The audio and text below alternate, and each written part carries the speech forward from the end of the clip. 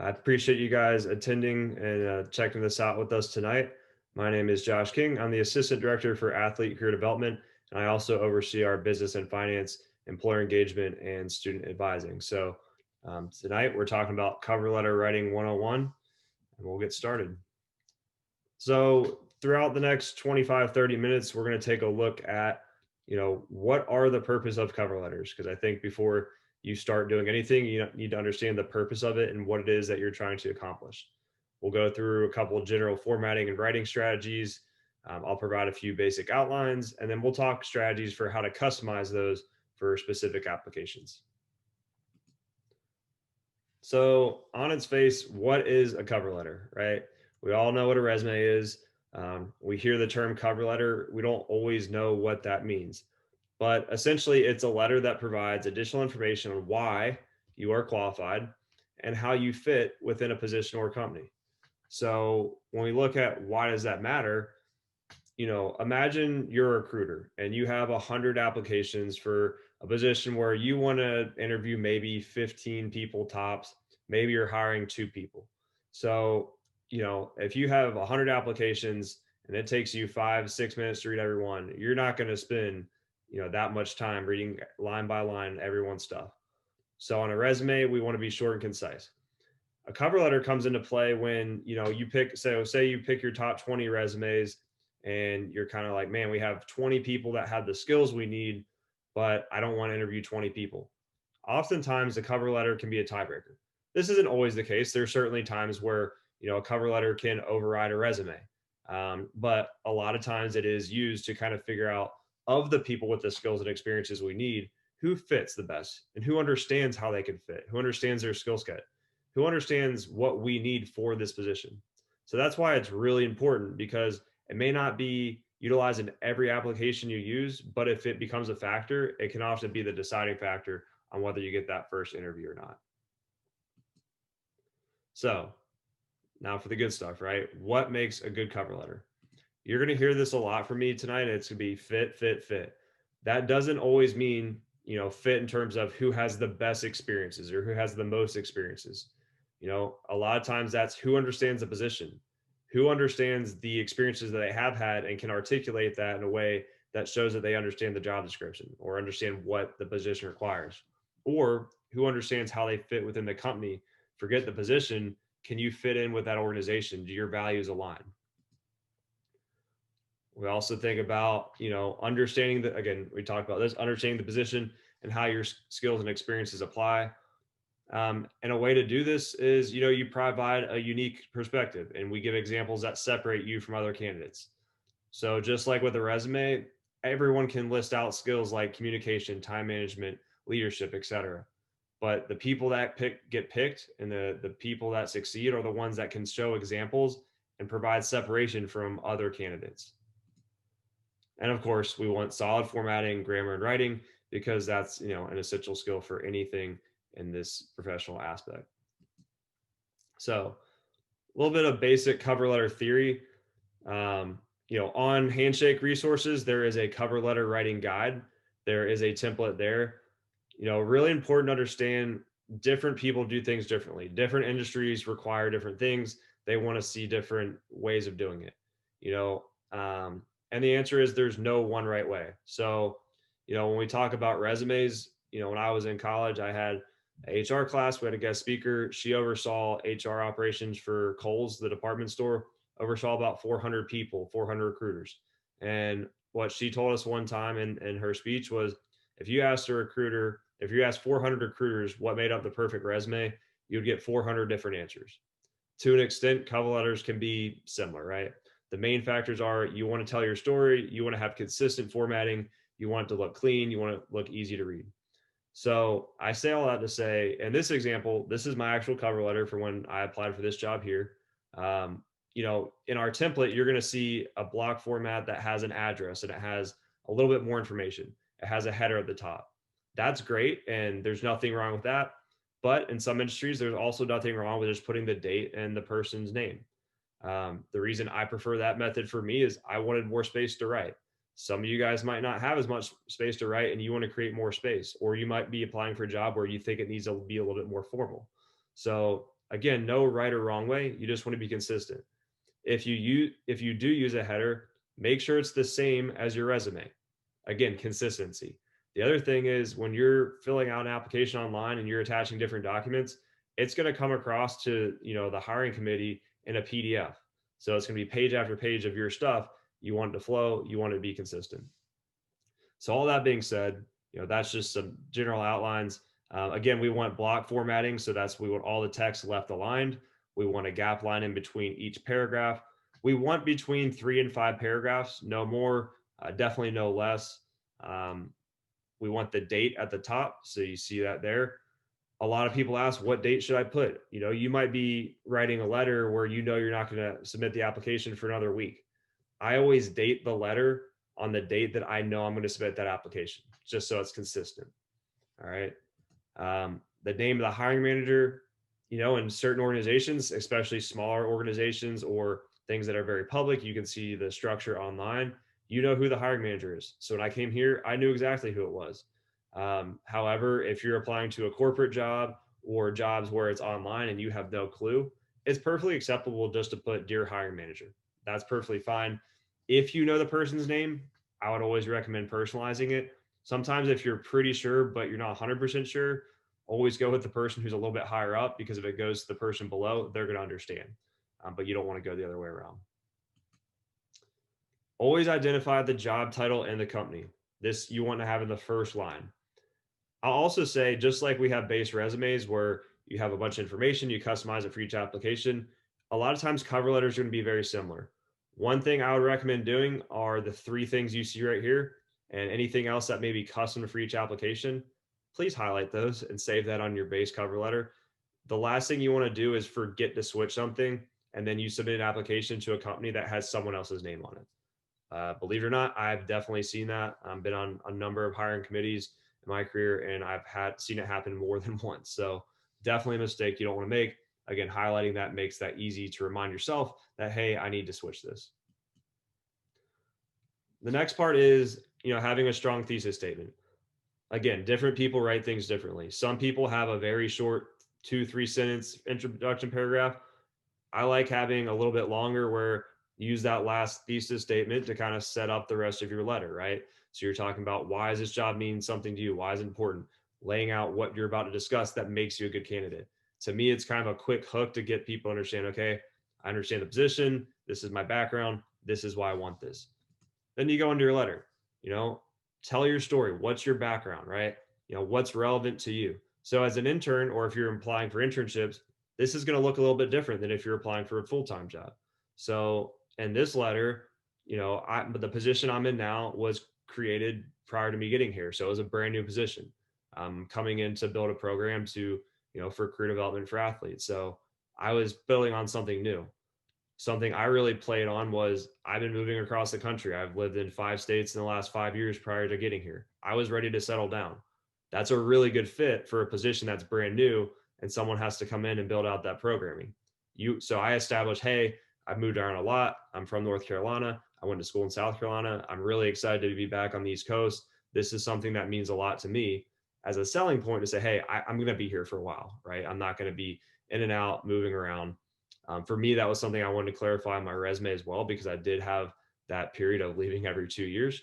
But for you as an intern, it might be, hey, I'm really interested in this as a career. I really want to get involved and gain some experience.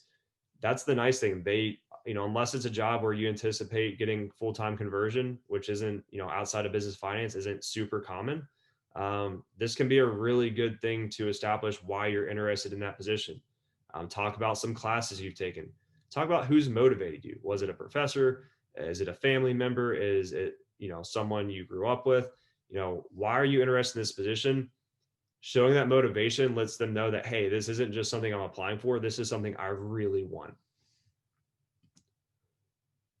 Second or third paragraph is, share your skills. How do they apply? Again, you want to frame this letter to show why you fit and how you can benefit the company. It is a letter about you. It is a letter about your experiences, but you always want to throw that back to the employer and say, these are my skills and experiences, but this is how I can benefit you. So for example, my position is obviously primarily advising athletes. I had served as an academic advisor. I'd overseen a compliance department. I had worked in student athlete development. So I was able to pull all those skills and show these are how I can use the different pieces of my experience to come in and really create new programming, to understand what can and I can't do with employers relative to NCAA rules, things of that nature. So show your skills. That might be something, technical skills. It might be something you've gained from a project. It might be an experience you had in, even job shadowing or, in an internship. But take those skills and throw it back to the employer and say, this is what I can do. Here's how it's going to help you. This is really important. This is something that will really separate you from other candidates who are just talking about themselves and saying what they can do. That stuff's great.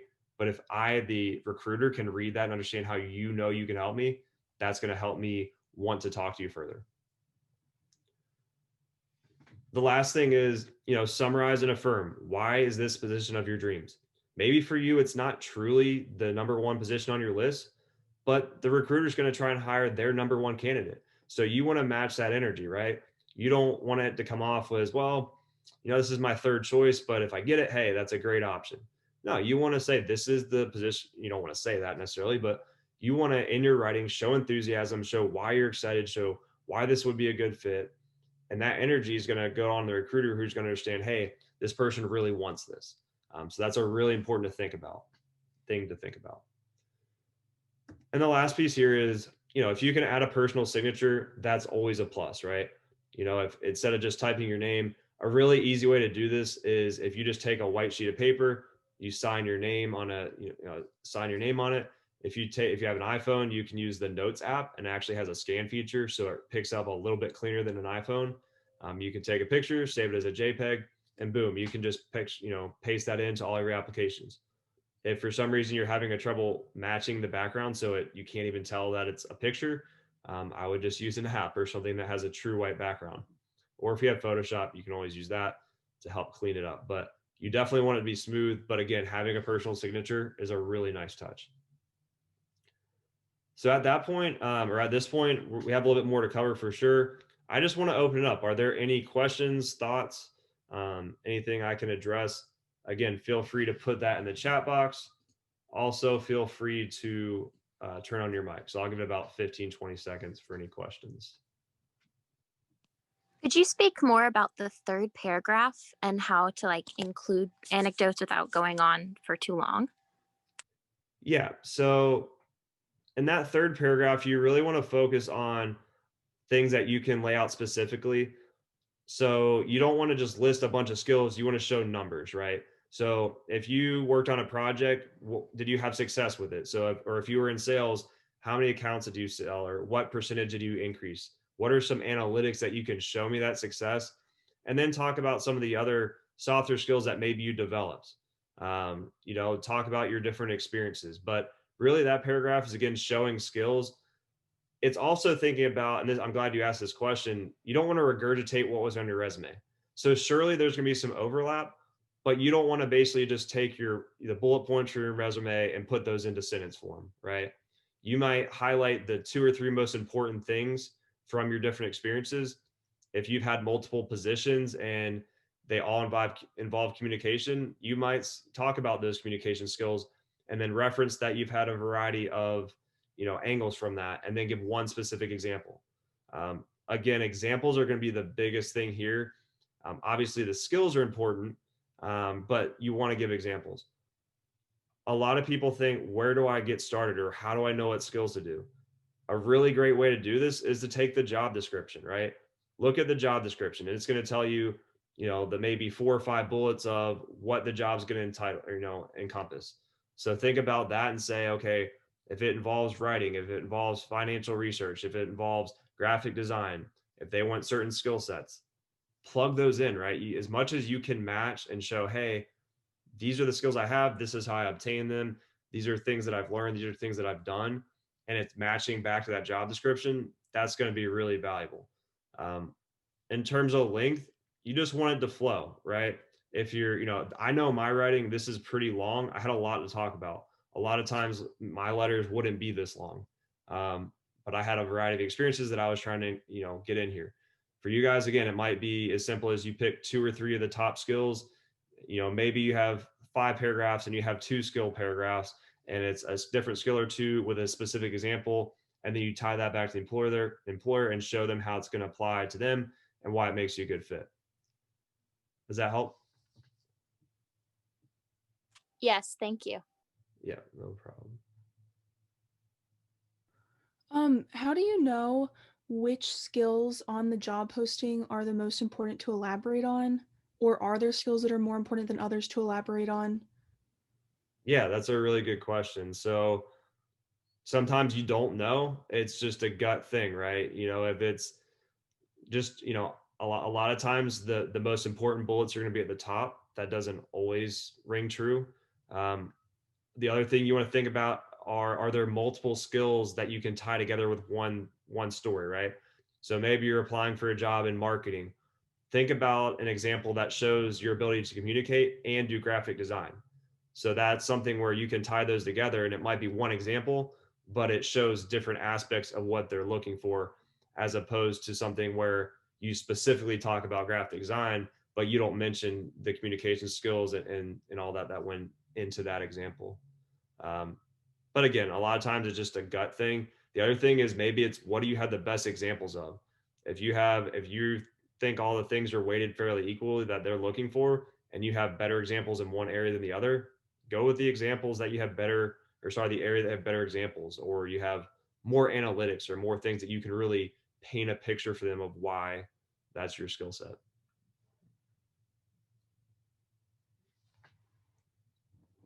Any other questions? Those are two good ones. Um, Again, the other thing you want to do is have someone read this. I'm almost 30 years old. Every job I've ever applied for, my dad has read my resume and my cover letter. For you guys, that could be one of us. It could be a teammate. Again, it could be, maybe it is your parents. It's a good idea to have multiple people read that. A lot of times they're going to be able to say, hey, you had this experience, especially if it's someone that knows you, like talk about this, or whatever the case is. But definitely have people review that for you, and that'll help make sure that you're not just tunnel vision, and that you have somebody else who can kind of see the bigger picture for you as well.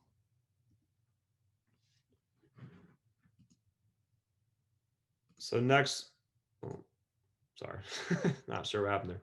Next slide here. This is just, again, in a nutshell, paragraphs 1 through 5. So you want to establish your interest and your excitement.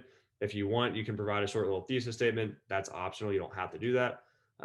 Paragraphs 2 and 3, you want to give that personal, professional background. You're laying the groundwork for your fit, showing why you understand the position, or how you understand the position, how you understand your skills, how they apply, tying that back to the employer. Again, paragraph 3 and 4, you want to expand on a one or two, maybe three experiences that have shown growth. If you got promoted, talk about why you got promoted, not just the fact that you were promoted. Really just painting a picture of how you're going to be successful in this position that you're applying for. And again, that last paragraph, really just setting the tone for your excitement, why it'd be a good fit, and all that good stuff. And it's always good to talk about, allude to continuing the conversation. So ending it on something like, thank you for your time. I look forward to speaking with you soon. It's just a little bit of confidence, but it just shows that, again, you're excited. And again, personal signature always. So the next couple slides are strong writing tips. I think this is really important for a few reasons. You may have the best content in the world. When we talk about a resume, you may have the best experience, best content in the world. If your formatting stinks, you may not even get read by the recruiter. Cover letter is the same thing. You want to have strong writing. Obviously, the formatting is important as well, but really, strong writing is important because if I can't get through the first paragraph without having to reread, or confused, or I'm just bored, I might not read the whole letter. That's just the harsh reality of when you have somebody looking through, spending hours and hours of applications that are all pretty similar. You want to have strong writing tips. So you want your writing to flow. You want it to be easy to read. So these tips will help with that. So the first one is you want to avoid using the word me in your letter. You are going to speak in first person. You are going to say I, and myself and things like that. The reason I say to avoid the word me is because it weakens your sentence structure inherently.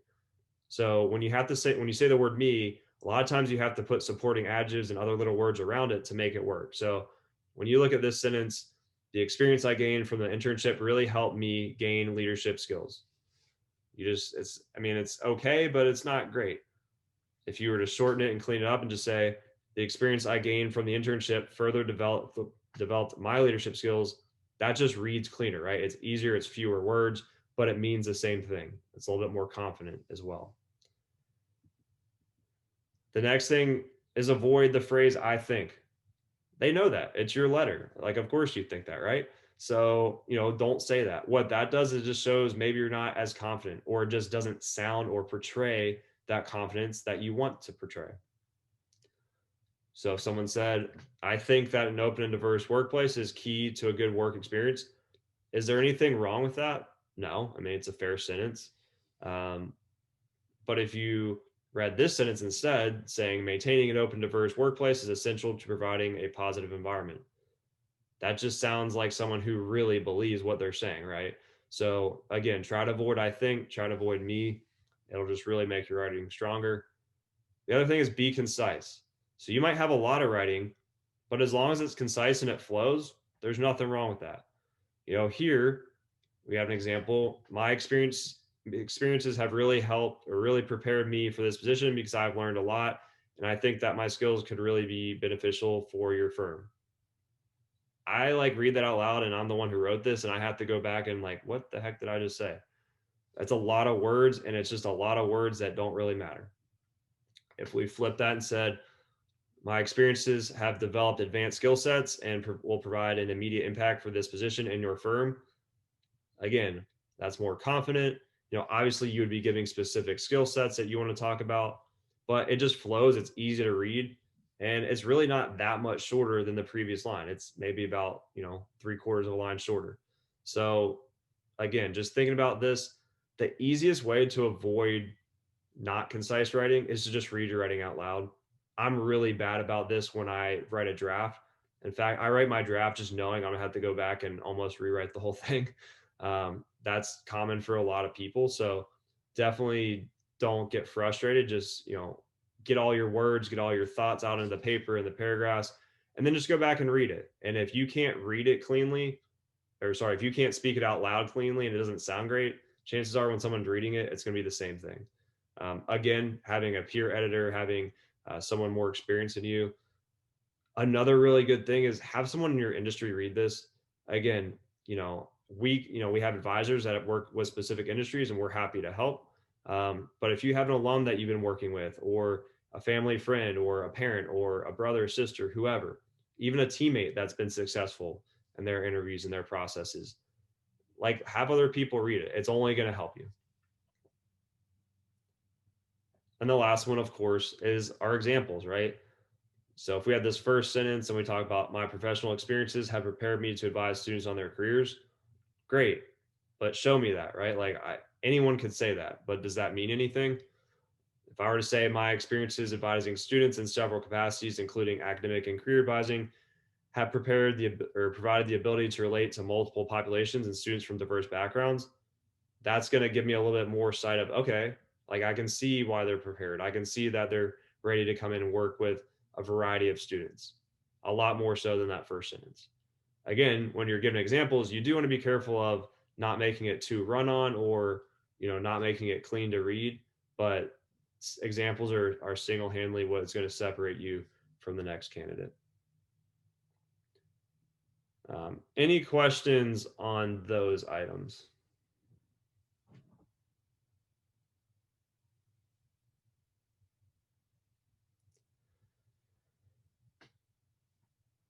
Perfect. Well, again, if you go to Handshake and you go to our resources guide and you look for the cover letter writing guide, there's more information that'll help you. You can see what the template looks like. I will send this presentation out as well. I'll also send the video link so you can go back and look through it as you need to. But the biggest thing is, especially when you're early on in this process, is just working with an advisor to really get your base cover letter set. And then once you've done that, you can just customize those as you need for different applications. Again, looking at the job description is going to be the best way to figure out what matters for that job. The other thing is, researching the company, looking at their values. What's their mission statement? How does that align with values that you have, right? Thinking about what projects have they worked on? If you're looking at a company that works, maybe it's a consulting firm, but it specializes in healthcare. What's an experience that maybe you have with healthcare or something that you can relate to that? Even though it's not directly consulting, it's something within the industry. Or is that something you're passionate about? Um, Again, if you're looking to do something in marketing, what are some of the graphic design experiences you've had? What's something that talk about how you enjoy doing those things? If you're doing something where another thing I really want to highlight is if you don't feel like you have experience, never say that. Don't talk about what you don't have. Talk about how the skills that you do have will prepare you for anything. So, maybe you don't have experience in XYZ, but talk about the skills that you have and the interests that you have and why you're motivated as to why this position will be a really great chance to gain that experience. But never sell yourself short. I think sometimes it's easy to do because you just want to be honest and transparent, but just be really careful how that comes across within your writing. But again, I'm happy to look at your letters. If you're ever writing one, you just want to feel free to email it to me at my email address, which is joking@davidson.edu. I'm happy to look at those. Obviously, you can set up an appointment, but really, once you get through the first 3, 4, 5, it's going to become a lot more comfortable. You're going to understand what we're looking for. But a lot of times, these are general tips, but each letter is just so custom that it's something where it really helps to meet with someone. But again, that's all the question or all the content I have for tonight. I will stick around if there's any questions, but before you go, just make sure take a look at the rest of the events that we have going on for the rest of the month. We do have rewards. So if you attend 2 of our virtual events, you complete your LinkedIn profile and you have your resume approved, you will have, you'll get your option of a Padfolio or a Tumblr. If you attend 5 events, you can get both. So definitely keep that in mind. You'll see those events that we have left. You can register for all of them on Handshake. I'm really excited about the one we have tomorrow night with How to Network. It's going to be run by a couple alumni and current Scholar athletes. So on that note, have a great night, and I will see you guys later.